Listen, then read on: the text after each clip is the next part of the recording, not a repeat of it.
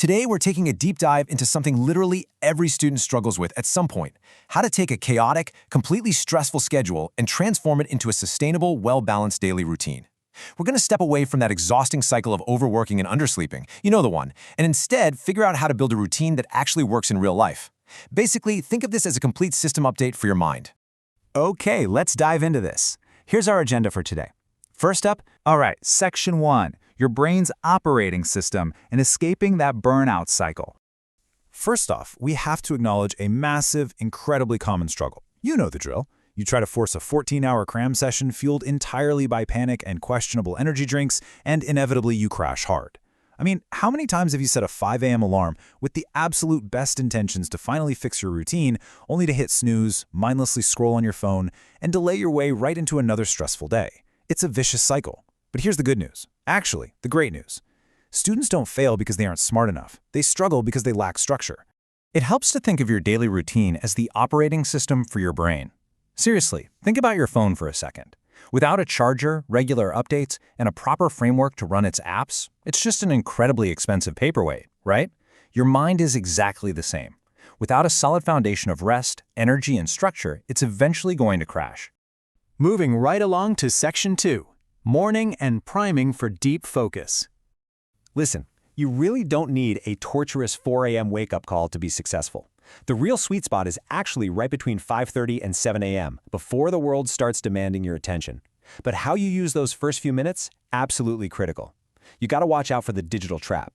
Grabbing your phone while you're still in bed is literally like inviting 50 strangers to scream their thoughts into your brain before you've even brushed your teeth. No way.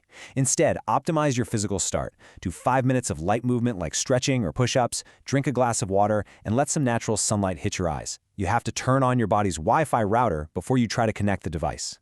Next up, you absolutely must fuel your brain. A light breakfast, think oats or eggs, and plenty of water are non-negotiable. Your brain literally burns glucose for energy when you study. So if you skip breakfast, you're forcing your most important hardware to run completely on empty. And here is a crazy fact. Dehydration often mimics laziness. If you're feeling sluggish, your body might just be screaming for water, not motivation. Now that you're fueled up, tackle your hardest subject first, like complex math or intense coding. Why? Because your cognitive energy is at its absolute peak in the morning. Use the Pomodoro method here. 50 minutes of pure, uninterrupted deep work, followed by 10 minutes of rest completely away from all screens. Stand up, stretch, look out a window, let your brain actually recover. All right, Section 3, afternoon, active application. Now, what's really interesting here is how our brain's energy profile changes after a morning of deep work. We have to shift gears from heavy theory to smart execution. Think about how we usually absorb information in afternoon classes. Passive learning. Just nodding along and copying the board exactly is kind of like throwing seeds on dry, cracked ground. Most of it just isn't going to grow. But active learning, taking notes in your own words and asking questions to clarify concepts, forces you to process the info. It acts like water and sunlight for those seeds, making the knowledge actually stick. Following a light, nutritious lunch, you are definitely going to hit a biological energy dip. And hey, that's completely natural. You can combat this with a power recharge. A 15 to 20-minute power nap or just a brisk 10-minute walk outside resets the mind beautifully. Then, use that afternoon slump for rapid-fire hands-on tasks, solving exercises, flipping through flashcards, or writing reports. These require active doing rather than heavy passive reading. Which brings us to Section 4, evening, movement, and creativity. By the time evening rolls around, your brain is probably feeling a bit fried. At this point, stepping away from the desk is just as important as sitting at it. Engaging in 20 to 30 minutes of physical movement, be it sports, going for a run, or even just dancing in your room, improves blood flow and actually sharpens your memory. Follow this up with a creative hobby, like drawing, playing an instrument, or writing. This acts as a vital reset button for your mind, keeping academic burnout at bay and reminding you that, hey, you're more than just a student.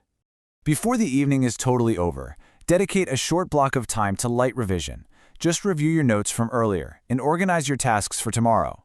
The golden rule here: do not tackle heavy new concepts right now.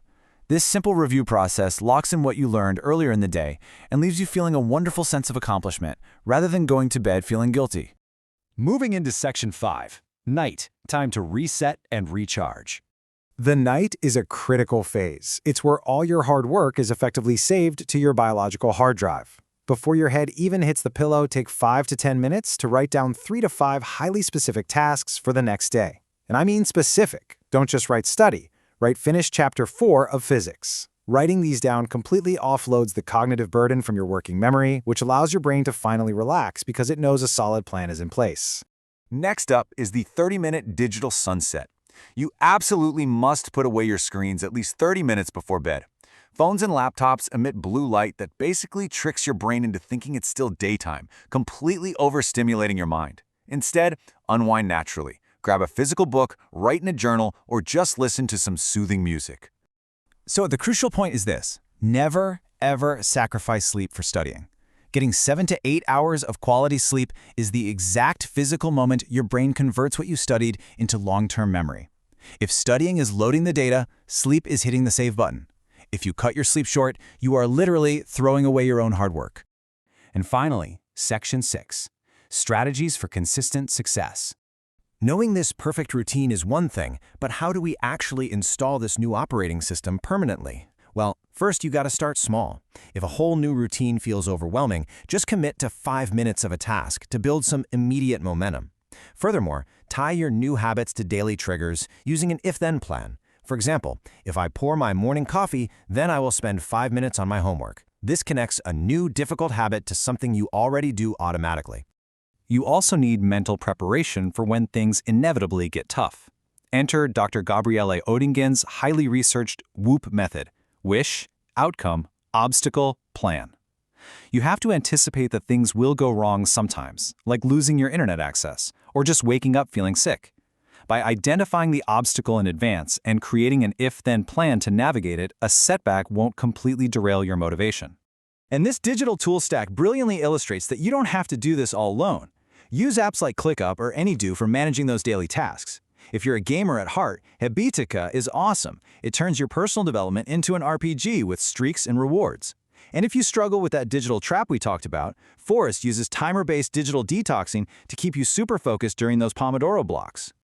Ultimately, the whole shebang boils down to this one idea: consistency beats intensity.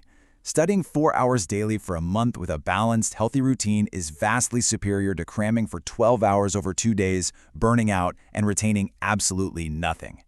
It's about showing up day after day, running a stable, healthy operating system.